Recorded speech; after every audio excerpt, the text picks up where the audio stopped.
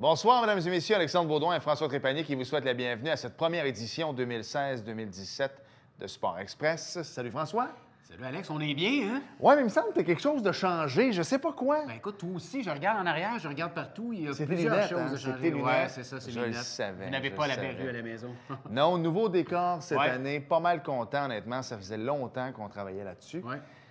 Je vais t'avouer que le premier tout ça, là, le projet fini, là, je l'ai vu aujourd'hui pour la première fois. Je trouve ça extraordinaire. Ah, moi aussi, Alex, écoute, je suis rentré en studio tantôt, j'étais comme un enfant qui rentre dans un magasin de bonbons, dans Ouais. un Toys R Us. Tout un décor, on va le voir plus en détail tantôt avec nos invités, là. C'est de toute beauté. Et j'aimerais remercier, Alex, Jocelyn Fecteau, le coureur Ouais. automobile. Merci beaucoup. Vous allez voir qu'il nous a fourni plusieurs pièces de sa voiture NASCAR Pinty Series. Donc, je pense qu'on va avoir bien du plaisir dans ce nouveau décor cette année. Et honnêtement, on va essayer de mettre également des chandails des différentes équipes Ouais. sportives de la région, les Géants, les Pirates, Maçonnerie Pro Conseil également. Des photos? Oui, des photos des athlètes qui ont marqué Oui. l'imaginaire de Saint-Jean-sur-Richelieu. J'ai parlé des Pirates. Je vais juste ouvrir une parenthèse, on va en parler tout de suite. Bravo, parce que eux, Oui. ils s'en vont en finale, mon cher ami. Oui, écoute, on attend d'avoir l'adversaire, Alexandre. Ça va être Sherbrooke ou Thetford Ouais. Mines. Ça va être toute une finale. Les Pirates, on le sait, ont terminé premier au classement général. Donc, ça va être toute une finale qu'on va avoir droit à Saint-Jean-sur-Richelieu. Mais Alex, si tu me permets, à tout seigneur, tout honneur, Aurélie Rivard, notre Bravo. athlète. Aurélie, bravo. On a hâte de te voir. 3 médailles d'or, 1 médaille d'argent, 2 records du monde. Écoute, c'est magnifique ce qu'elle a. J'ai l'impression qu'elle va être ici bientôt. Oui, j'ai Le l'impression feeling que j'ai. J'aurais l'impression que j'y ai peut-être parlé, puis il y a Ouais. des chances qu'elle vienne peut-être la semaine prochaine, mais je lui ai parlé, Alex, comme je te dis, puis elle a un agenda. Sinon, Premier ça va être ministre. bientôt, là, c'est Premier ça, ministre, exact. présentement, son agenda. Comment a été ton été, mon cher? Comment va la grossesse de madame? Mais l'été, écoute, ça va dans les prochaines semaines, l'arrivée. C'est vrai, toi, ça petit peut deuxième, être là. n'importe quand. Je peux avoir un appel n'importe quand durant le tournage et devoir te quitter, malheureusement, mais ça va être pour une bonne raison. Ouais. Deuxième enfant qui arrive, supposément, ce début octobre. Le petit Victor. Petit Victor qui s'en vient. Joue au golf en masse, Alex, on a profité T'es du beau temps. montgolfière. Montgolfière. Et toi, le baseball, j'imagine? Baseball, la petite famille également. Oui, les filles jouent au hockey. Les filles, ça a recommencé Ouais. déjà il y a 2 semaines. Écoute, je me sens tellement mauvais père là, parce que c'était les premiers coups de patin de ma fille Ouais. en fin de semaine passée, primaire. Et moi, j'étais dans un gros tournoi de balle à Chambly et finalement, on s'est rendu jusqu'en finale. Fait que j'ai pas quitté le terrain. Alors, j'ai manqué les premiers coups de patin de ma fille. Marie-André, t'allais attacher les patins? Ouais, Marie-André est allée attacher les patins, mais c'est ça. Fait que dans le fond, ils ont commencé, je suis bien content. Je sais pas si je vais coacher la plus jeune, mais en tout cas, je coach la plus vieille, ça va super bien. Puis Te connaissant, tu devrais te mêler de la deuxième également, j'imagine. peut-être, mais ça va faire des heures de glace. Ouais, il y a ça. Pas à peu près. Écoute, l'important, c'est que tu gardes du temps pour nous autres ici le lundi soir pour le Je vais enregistrement de Sport Express. toujours être ici, mon cher. C'est bon, ça. Parle-nous un peu de nos invités cette semaine. On commence fort. Oui, écoute, spécial géant, hein, gagné le bol d'or l'année passée, font leur arrivée cette année en Division 1. Écoute, ça a bien commencé. 2 Ouais. victoires, 2 défaites pour leur première saison en Division 1. On va en parler avec Alex Surprenant, avec Mathieu Massot, le tout nouvel entraîneur Ouais. adjoint. Mathieu qui a tout un parcours universitaire. Quelle carrière, c'est ce que j'allais dire. Quelle carrière universitaire. C'est assez extraordinaire quand même. On va lui en parler un peu plus tard. On avait 4 coupes Vanier sur le plateau ce soir, Alex, donc ça va être... ça promet. Et vous allez voir un nouveau concept également. Tout le monde va être sur le plateau en Ouais. même temps. Terminer les entrevues un à un. Ouais. Tout le monde va être là, les 4 en même temps, pendant les 20 minutes. gros en fait. party. Voilà. On s'arrête 5 secondes et au retour, les entrevues que François et moi, on va réaliser avec les boys des Géants de Saint-Jean-sur-Richelieu.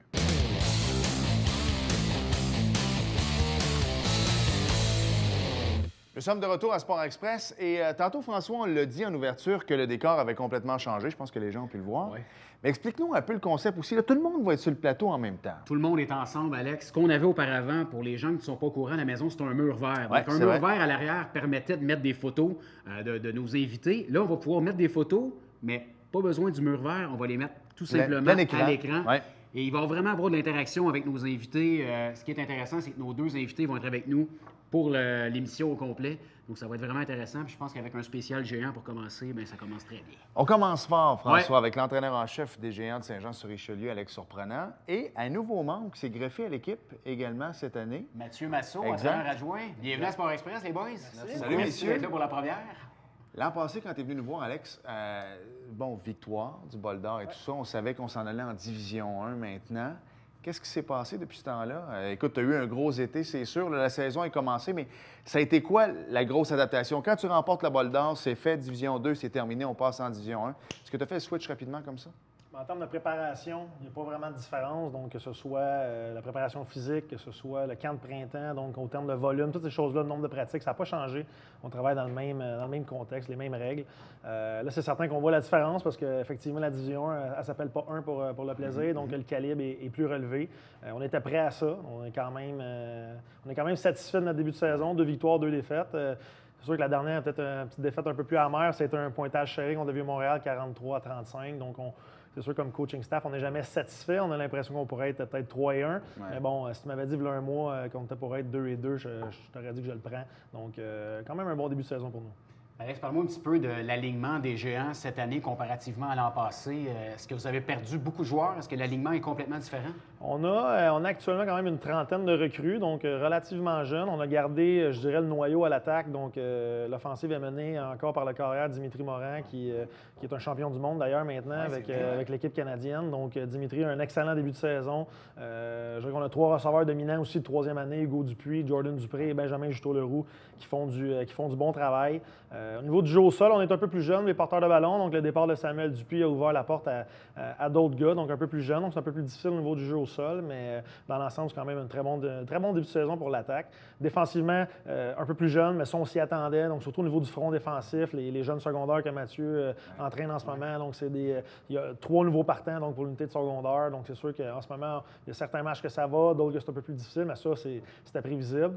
Au niveau de la tertiaire, un peu plus d'expérience, mais c'est sûr que là, en ce moment, on essaie de toujours apporter des ajustements pour réduire le nombre de points accordés. Mais dans l'ensemble, on savait qu'on faisait face à un défi beaucoup plus grand, surtout au niveau de la qualité des lignes à l'attaque, la qualité des porteurs de ballon. Là, en ce moment, dans la Division 1, on voit quand même une bonne différence là-dessus. C'est ce que je m'en allais te dire. Tu en as parlé au début de l'entrevue. On est rendu en Division 1, puis ça paraît. Qu'est-ce qui paraît tant que ça? Donne-nous des exemples, la différence entre le 2 et le 1. C'est flagrant, là? C'est sûr que c'est flagrant. Puis contrairement aux dernières années où tu regardais le calendrier et tu savais que tu avais à peu près au moins 5 à 6 victoires garanties, ouais. Que peu importe la qualité de ta préparation, tu savais que tu étais meilleur simplement que l'autre équipe. Donc là, la différence, ça, c'est le fun. Puis c'est motivant pour les joueurs autant que les entraîneurs. À chaque semaine, c'est un gros match. Ouais. C'est difficile. Puis si tu n'as pas ton A-game, comme on dit, tu vas perdre. Puis là, c'est un peu ce qu'on vient de vivre comme équipe à la semaine 4. On sortait d'une grosse victoire contre FX Garneau, puis ça n'a pas été une très bonne semaine de préparation, puis on l'a échappé contre le Vieux-Montréal. Donc ça prouve un peu qu'à chaque semaine, tu peux gagner, mais tu peux perdre aussi si tu ne te présentes pas. Puis c'est ça qui est arrivé.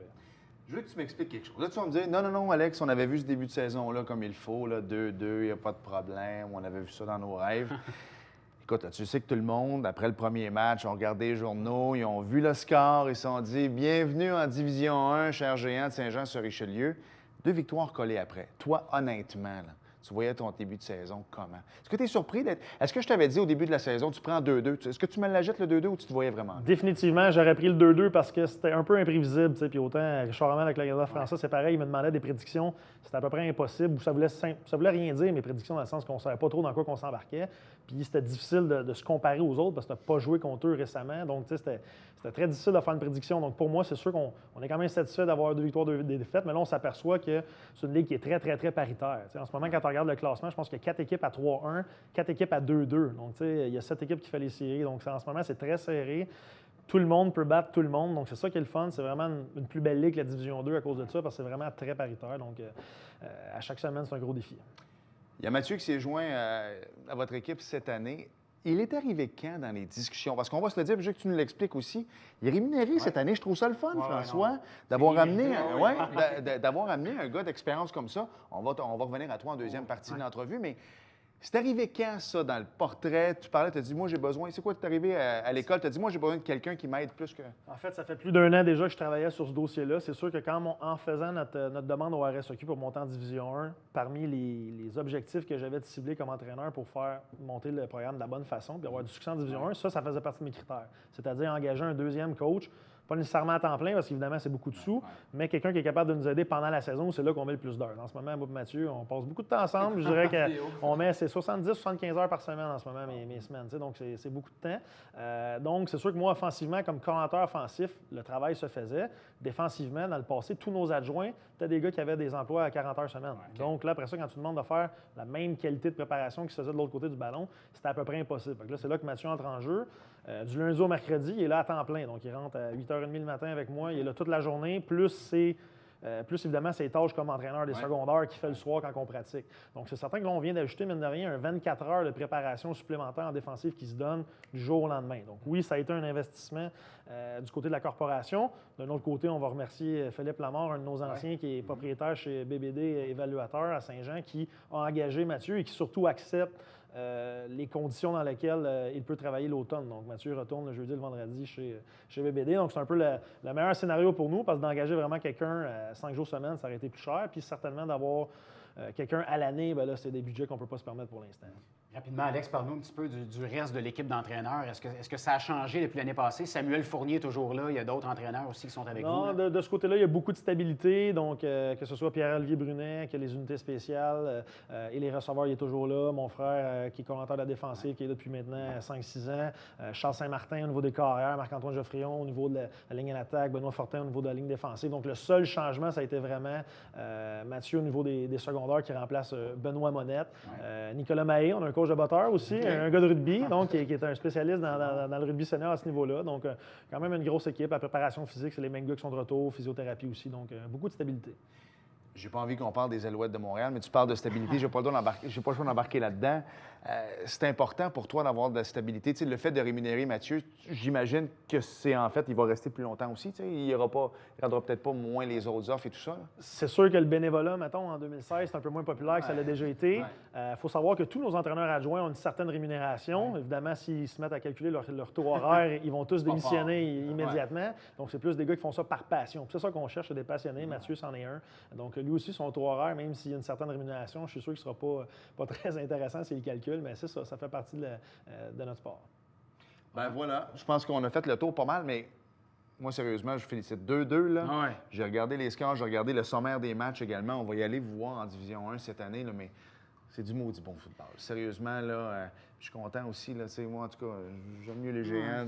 Édouard, mon petit, vont venir nous voir cette saison ici, mais je suis content. Rapidement, Alex, en 30 secondes, tu as eu le temps d'évaluer un peu les équipes, tu les as vues en vidéo. Est-ce qu'il va y avoir une rivalité avec Saint-Jean, que c'est des matchs à ne pas manquer? Même s'il y a une parité partout, il y a toujours une équipe des fois. Je sais que ça s'est tiré au début de l'année un peu qu'un autre entraîneur. C'est sûr qu'André Grasset, c'est une très grande rivalité. Donc, c'est un match qu'on avait oublié de notre côté parce qu'on ne s'est pas vraiment présenté cette journée-là.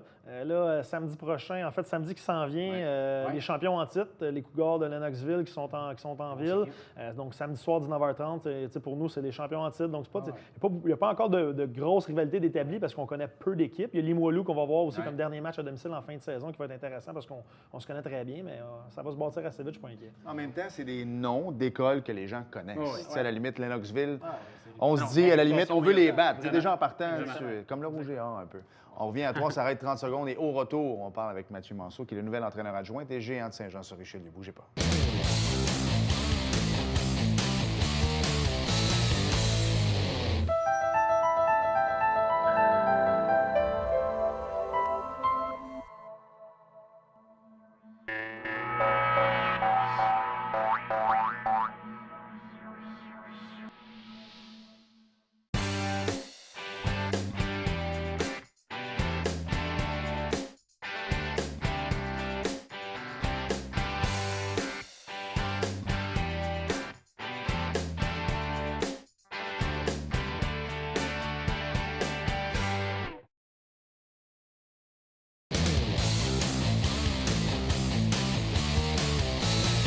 Nous sommes de retour à Sport Express et François, notre premier invité, était tranquille pendant la première partie, mais si tu nous le présentais. Il va l'être un peu moins. Oui, je pense que oui, moi. Mathieu Manceau, bienvenue à Sport Express. Merci beaucoup. Mathieu, parle-moi un petit peu de ton parcours de joueur de football. Moi, je te connais à cause du Rouge et Or. On t'a suivi, tu as eu une belle carrière universitaire, mais comment ça a commencé le football pour Mathieu Manceau? Moi, j'ai commencé ici avec les Oursons d'Iberville, de l'autre côté du pont.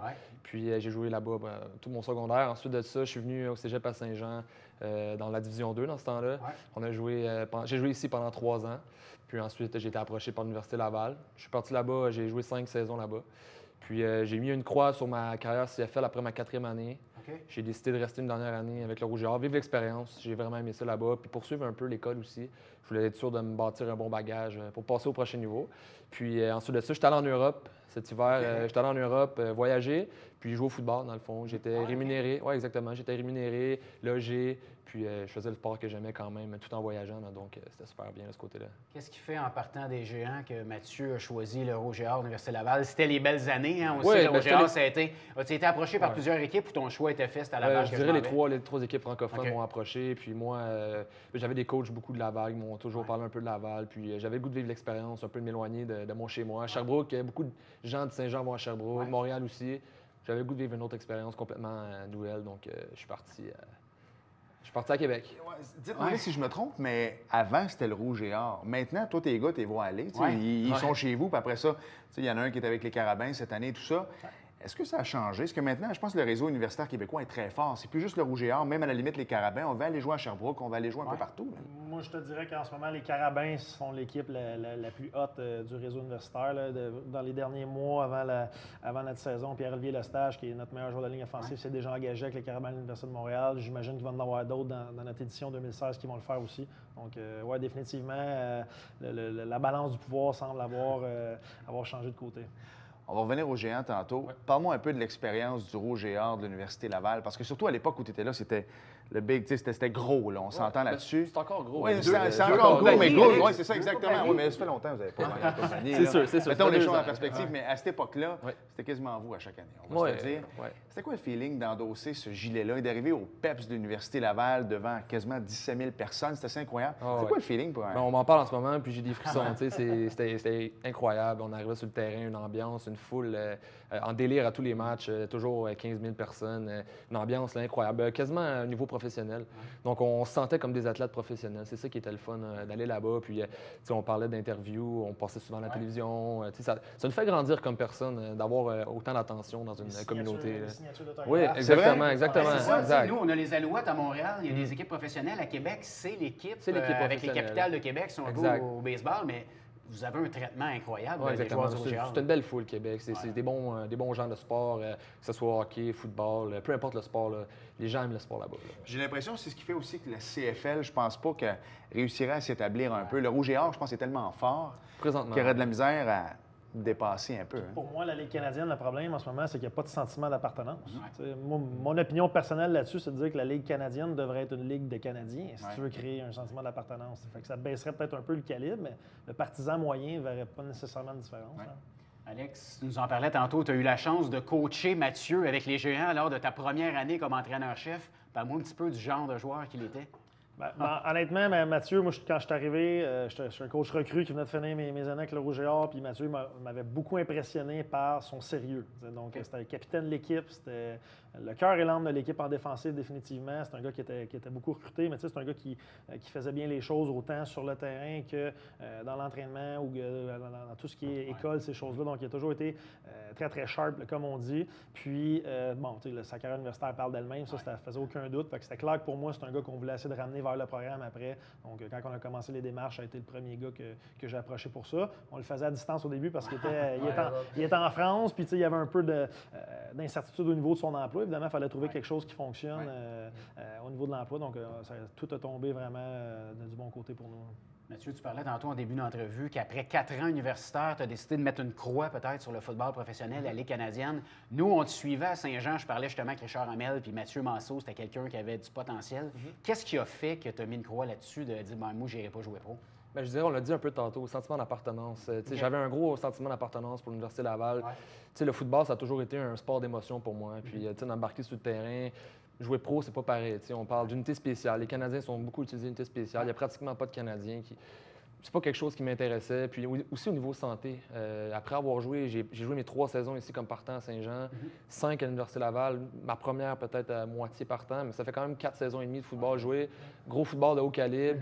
Le corps, un moment donné, disait « OK, bon, c'est assez. » Puis pour le montant d'argent qu'on pourrait peut-être gagner dans la CFL, j'aimais mieux me bâtir une carrière puis passer à une autre étape dans ma vie. J'étais rendu là. Sage décision. Exactement.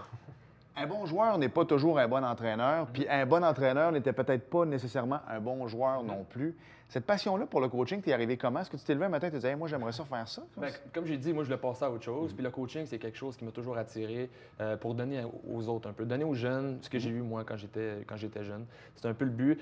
Si je suis bon comme entraîneur, j'en ai aucune idée. Mais ce que je sais, c'est que moi, je suis quelqu'un d'émotionnel. Puis c'est ça que j'essaie de retransmettre à mes joueurs. Puis aussi un peu les qualités que j'avais, comme Alex a parlé. D'être sérieux. Puis vous savez jamais où ce que ça peut vous mener, le football. On va demander au coach. Ouais. Il vient de nous ouvrir la porte. Est-ce qu'il est bon comme coach? Moi, je le trouve un très humble. Il fait un excellent travail. Puis c'est un gars qui n'a pas peur de mettre des heures. Donc, qui a une grande expérience. Puis certains, si tu demandais à toute notre unité de secondaire en ce moment, puis la défensive en entier sont bien contents du travail de Mathieu. Donc, il est très humble. Il ne me surprend pas dans sa réponse. Là, c'est mais, bon signe. il fait une très bonne job.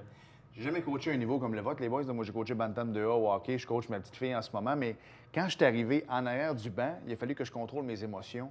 Ça a été comment pour toi? Parce que c'est pas la même chose. Tu peux pas aller faire le toucher victorieux. Tu peux pas faire le bloc qui va sauver le match. Exact. Moi, ça a été vraiment dur, honnêtement, les premiers matchs. Je savais plus où mettre la tête un peu.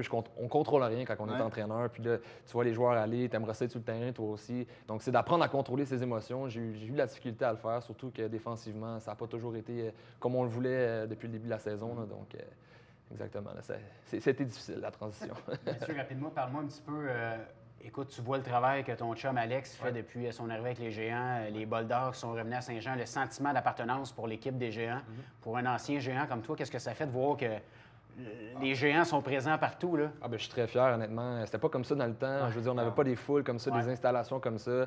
Puis Alex fait un excellent travail, là. Juste au niveau de la préparation. Ça paraît quelqu'un à temps plein avec les Géants. C'est ce qui manquait dans le temps quand j'étais là. On arrivait au niveau préparation, on n'était pas toujours sur la coche. Là. Puis ça a fait une énorme différence là, au niveau là, de la préparation. L'équipe est vraiment mieux nantie comme ça.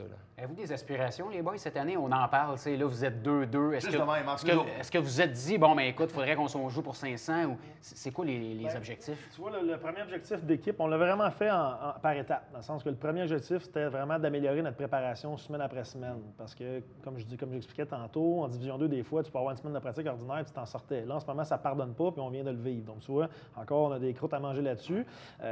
Puis si on est capable de faire ça, après ça, l'objectif, c'était d'aller remporter 4 à 5 victoires. Donc, s'approcher de la fiche de 500 parce que 4 victoires, c'est sûr et certain qu'on fait les séries.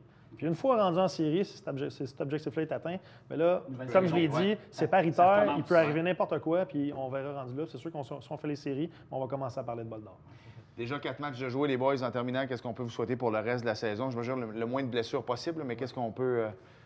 Je dirais au moins les participations en play-off. Je dirais minimum 3 victoires d'ici la fin de la saison. Moi, comme coach, je serais heureux. Dans une première année en Division 1, là, moi, je serais amplement satisfait. Puis ensuite, bien, comme on l'a dit, the sky's the limit. Hein, on veut se rendre jusqu'au bout pareil. Vas-y. Bien, écoute, Alex, Mathieu, merci d'être passé en studio pour cette première de la saison de Sport Express. Vous avez été nos cobayes dans notre tout nouveau décor. Et votre chandail va être là à l'année. Tout nouveau concept. On ne l'enlèvera pas. Les Géants sont accrochés au mur pour toute la saison. Donc ça prouve qu'on est avec vous. On va continuer à vous couvrir. Puis, merci d'être passé en studio. Puis la meilleure des chances pour la balance de la saison. Bonne saison, messieurs. Merci.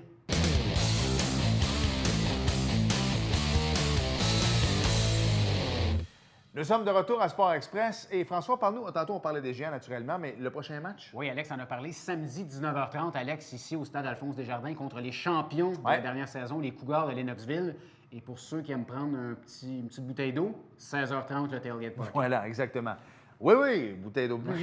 Plusieurs 500 millilitres, mon cher. Toi, Alex, on n'a pas parlé des Forts de Chambly, mais toi, je pense que tu vas nous parler un peu du Junior 3A cette année. Oui, c'est super le fun. Ça s'est fait la semaine passée. Ça s'est décidé là, en réalité. Belle association entre moi, le Junior 3A et Ron Fournier également. Ouais. Donc, tous les soirs, à compter de 23h03, 23h04 à peu près. Les mercredis, jeudis, vendredis, pour sûr, on va être là. 98.5, on va donner tous les résultats du Junior 3A. C'est bien le fun. J'ai commencé la semaine passée. Je les ai tous poignés. Hein? Derek Aucoin en partant. C'est bon. Yannick Bouchard ensuite. Jérémy Rainville aussi. À partir de cette semaine, là, ça va être Ron Fournier qui va être de retour. J'ai bien hâte de t'entendre, mon moi cher. Moi aussi, ça va être bien le fun. Merci, ben gros. Il y avait du NASCAR. Je sais que tu aimes ça beaucoup aussi. Là, on a mal négocié ça. Hein? On a négocié le décor. On a négocié bien les affaires. Il y a 2 affaires qu'on n'a pas négociées. Vas-y. Notre salaire. Oui. Ça, c'est pas fort, chef. Et le NASCAR. Oui. Alors, vous savez à quel point nous sommes des passionnés, François. Oh, écoute, on est devant notre téléviseur à tous les dimanches, bien sûr. Voilà, exactement. Je pensais que c'était fini, ça. C'est encore là. Il reste combien de semaines? Il reste 11 semaines. 11 semaines. Alors voilà, donc Prépare-toi, mon cher. The Chase for the Sprint Cup de la série Sprint de NASCAR a débuté dimanche dernier avec la présentation du Teenage Mutant Ninja Turtle. C'est ridicule. C'est un film C'est qui vrai, ça? commandite. C'est vrai? 400, voilà. Sur le circuit de Chicagoland Speedway, ça va être à Chicago, ça, même pas. C'était à Joliette, en Illinois. Dans Pas la loin. Lautière, non? Pas loin. Non, en Illinois. Donc, Martin Truex Jr. a pris la tête lors de la dernière relance pour l'emporter cette épreuve. Il est ainsi qualifié d'office pour la prochaine ronde. Donc, Joey Logano a dû se contenter de la deuxième place, suivi de Chase Elliott, bien connu dans sa famille. Ryan Blaney, Brad Keselowski complètent le top 5. Alors, le classement des pilotes qualifiés pour la Chase. Ouais, là, je veux t'entendre. Je pense que tu les connais tous. Mais ça, c'est niaiseux. C'est encore la même affaire. Les 16 qui se battent avec toute la gang. En puis, plein ça. trois tombe à courses. 12, Ouais. 3 courses, tombe à 8. C'est ça. Mais les autres qui sont plus là vont continuer à être là, puis ils pourraient en sortir un s'ils veulent. Figurant, mon ami. Pour l'argent. C'est ça, les commanditaires. Voilà, c'est l'argent qui mène Ah oui. le NASCAR. Alors, Martin Truex Jr., je l'ai dit, est meneur après la première course. Brad Keselowski est deuxième. Kyle Busch est troisième. Denny Hamlin est quatrième. Joe Logano est cinquième. Chase Elliott est sixième. Matt Kenseth est septième. Jimmy Johnson, il est toujours là. Lui, il est huitième. Carl Edwards est neuvième.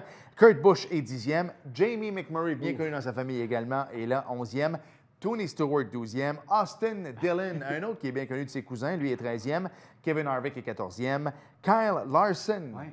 C'est pas un bateau de pêche, ça, Larson? Non, OK, bon. Kyle Larson est 15e. Et Chris Celui-là, je veux t'entendre comme Buescher. C'est ça? Chris Buescher? Tu ne sais pas, hein? Très payant au Scrabble, par contre. Il est 16e à 34 points derrière les meneurs. Prochaine course, mon cher, vas-y donc. Oui, le dimanche 25 septembre, c'est le New England 300 au New Hampshire Motor Speedway à Loudon, au New Hampshire. Loudon. Non, mais tant qu'à le faire. À Loudon, au New Hampshire. Et c'est à 14h. Voilà. On termine sur le NASCAR. Robbie Gordon, as-tu entendu parler de ça? Ben, j'en avais pas entendu parler, tu m'en as parlé tantôt. Écoute, quelle histoire atroce. C'est assez triste. Ouais. Son père a tué sa nouvelle femme et s'est suicidé en plus. Et lui, on se rappelle qu'il avait été aussi... Ouais, lui, l'année dernière, avait eu un accident sur une impliqué, piste de drift, c'est ça? Mais en tout cas, quoi qu'il en soit, il a tué quelqu'un sans faire exprès, par contre. Là. Festival Mais de tuerie, ça va pas très bien depuis un an dans cette famille-là. Ouais. Qu'est-ce qu'il y a? On regarde là-bas? Ah, il faut regarder là. Merci, François. As-tu vu le concept? Ah ouais, non, c'est quoi, c'est- Lumière rouge, Joanie qui est là. De tout le toute monde, beauté. c'est, le Avec concept Joanie, est bien là. sûr. Voilà. Merci, François. Merci, Alex. Merci à vous d'avoir été là et on se reparle la semaine prochaine. Bye bye. Salut.